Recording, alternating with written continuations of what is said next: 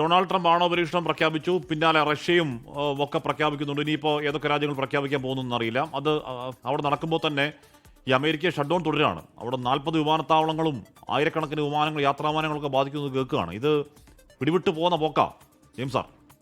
തീർച്ചയായിട്ടും അമേരിക്കയില് ഈ ട്രംപ് കാട്ടിക്കൂട്ടുന്ന അതിന് യാതൊരു തരത്തിലുള്ള ഒരു ന്യായീകരണവും ഇല്ലാത്ത അവസ്ഥയാണ്. ട്രംപ് കഴിഞ്ഞ ദിവസങ്ങളിലാണ് പ്രഖ്യാപിച്ചത്, ഞങ്ങളിത് ആണവ പരീക്ഷണം നടത്താൻ പോകുന്നു. അത് ഏഷ്യൻ വിസിറ്റിനിടയിലാണ് കയറിയിട്ട് പ്രഖ്യാപിച്ചത്.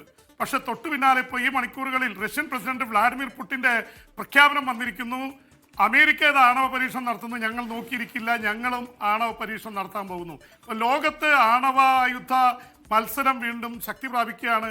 ട്രംപ് തന്നെ നേരത്തെ പറഞ്ഞു പാകിസ്ഥാനും ചൈനയും വടക്കൻ കൊറിയയും ഒക്കെ ആണവ പരീക്ഷണം നടത്തും. ഒരുപക്ഷെ ഇന്ത്യയെ അമ്പരപ്പിക്കുന്ന ഒരു സ്റ്റേറ്റ്മെന്റ് ആണ്. കാരണം നമ്മുടെ തൊട്ടടുത്ത് കിടക്കുന്ന പാകിസ്ഥാൻ ആരും അറിയാതെ ആണവ പരീക്ഷണം നടത്തിക്കൊണ്ടിരിക്കുന്നത് ഇന്ത്യക്കാണ് ഏറ്റവും വലിയ ഭീഷണി.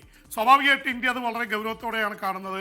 അമേരിക്കൻ പ്രസിഡന്റ് തന്നെയാണ് ആ രഹസ്യം പുറത്തുവിടുന്നത്. അമേരിക്കയും പാകിസ്ഥാനും തമ്മിൽ നല്ല ബന്ധമാണ് ഇപ്പോൾ. അതിനിടയിൽ വരുന്ന പ്രധാനപ്പെട്ട വാർത്തകളിലൊന്ന് ഇപ്പോൾ ട്രംപിനെ കുറിച്ച് പറഞ്ഞാണ്. ട്രംപിന് മൊത്തത്തിൽ തിരിച്ചടിയാണ്.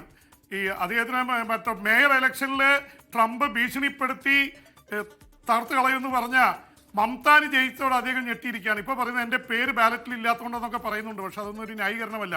റിപ്പബ്ലിക്കൻ പാർട്ടികൾ തന്നെ പുള്ളിക്കെതിരെ ഇത് വന്നിരിക്കുന്നു. അവിടുത്തെ കൺസർവേറ്റീവ്സിന് 6-3 ഭൂരിപക്ഷമുള്ള ഇതിൽ തന്നെ ഇറക്കുമതി തീരുവയ്ക്കെതിരെ കോടതി ട്രംപിനെ വലിയ രീതിയിൽ ചോദ്യം ചെയ്യുന്നു. അതിനിടയിലാണ് തിരിച്ചടി വെർജീനിയയിലും അതുപോലെ തന്നെ ന്യൂജേഴ്സിയിലൊക്കെ ഗവർണർമാരുടെ ഇലക്ഷനിൽ അമ്പെ പരാജയപ്പെട്ടിരിക്കുന്നപ്പോൾ റിപ്പബ്ലിക്കൻ പാർട്ടി ഒരു ഇതിൻ്റെ അവസ്ഥയിൽ നിൽക്കുകയാണ്. എങ്ങനെയെങ്കിലും ഇത് തിരിച്ചു പിടിക്കണം. എന്നാൽ ഡെമോക്രാറ്റുകൾ ശക്തരായി അടച്ചുപൂട്ടലിൽ ഇനി കോംപ്രമൈസ് പാടില്ല എന്നാണ് ബേർണി സാൻഡേഴ്സ് അടക്കമുള്ളവർ പറയുന്നത്. സാധാരണക്കാർക്കുള്ള ഹെൽത്ത് കെയർ ആരോഗ്യ സംവിധാനം തിരിച്ച് ഇത് ചെയ്താൽ മാത്രമേ നമ്മൾ വോട്ട് ചെയ്താൽ മതി എന്നുള്ളതാണ്.